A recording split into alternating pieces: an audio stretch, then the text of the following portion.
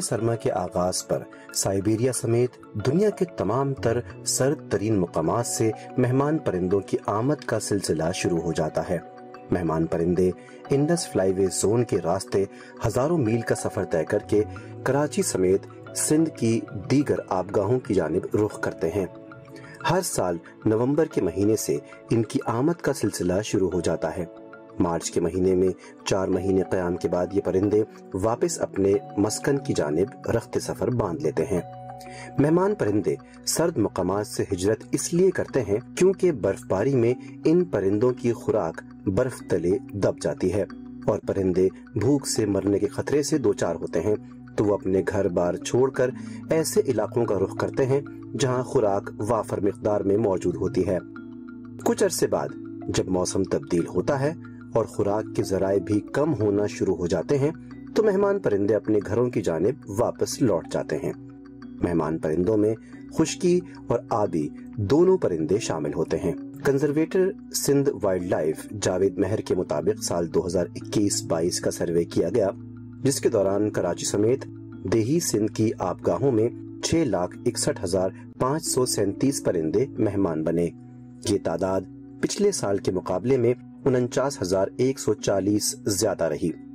پچھلے سال یہ تعداد 6,12,397 تھی۔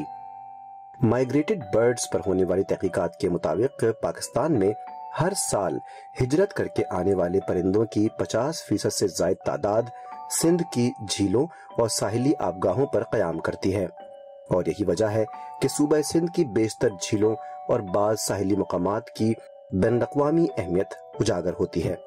سب سے پہلے آنے والے پرندے شور برڈز ہوتے ہیں، انہیں اینڈرز بھی کہا جاتا ہے۔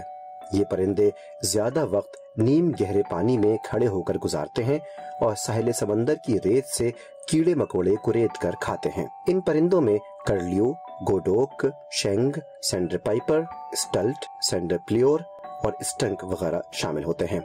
سندھ کے ساحلی علاقوں میں مائیگریٹ کر کے آنے والی بطخوں میں سے پہلے اور سب سے زیادہ تعداد میں گرین ونگ ٹیل آتی ہیں۔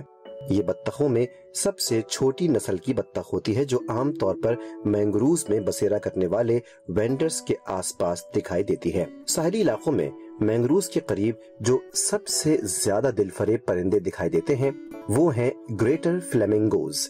یہ ساحلی علاقے کے مقامی پرندے ہیں جو پورا سال یہیں رہتے ہیں۔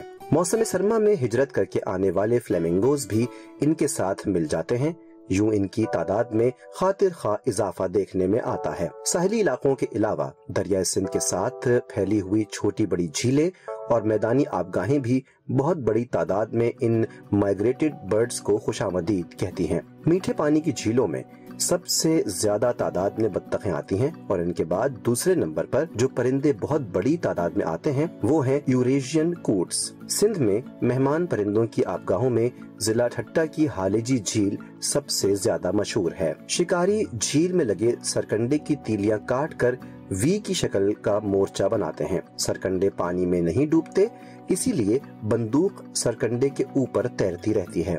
شکاری خود کو پانی میں ڈبو کر پرندوں سے خود کو چھپا لیتا ہے۔ گھاس پھوس کے بیچ شکاری شکار تک پہنچ جاتا ہے اور گولی چلائی جاتی ہے۔ کارتوس کے چھرے 1 میٹر تک پھیل جاتے ہیں اور وہاں اگر پرندوں کا غول ہو تو کافی تعداد میں پرندے مر جاتے ہیں۔ جھیلوں کے گرد رہنے والے غریب مچھیرے جال لگا کر پرندوں کی آوازیں نکالتے ہیں، جس کی وجہ سے اڑتے پرندوں کو یہ احساس ہوتا ہے کہ ان کی کمیونٹی جھیل کے پانی میں تیر رہی ہے اور انتظار کر رہی ہے، اور نیچے اترتے ہی یہ پرندے جال میں پھنس جاتے ہیں۔ پھر یہ لوگ پرندوں کے پر اور ٹانگیں توڑ کر انہیں فروخت کرنے سڑک کنارے کھڑے ہو جاتے ہیں۔ یہاں غربت اتنی زیادہ ہے کہ سندھ وائلڈ لائف ان لوگوں پر کارروائی بھی نہیں کرتی۔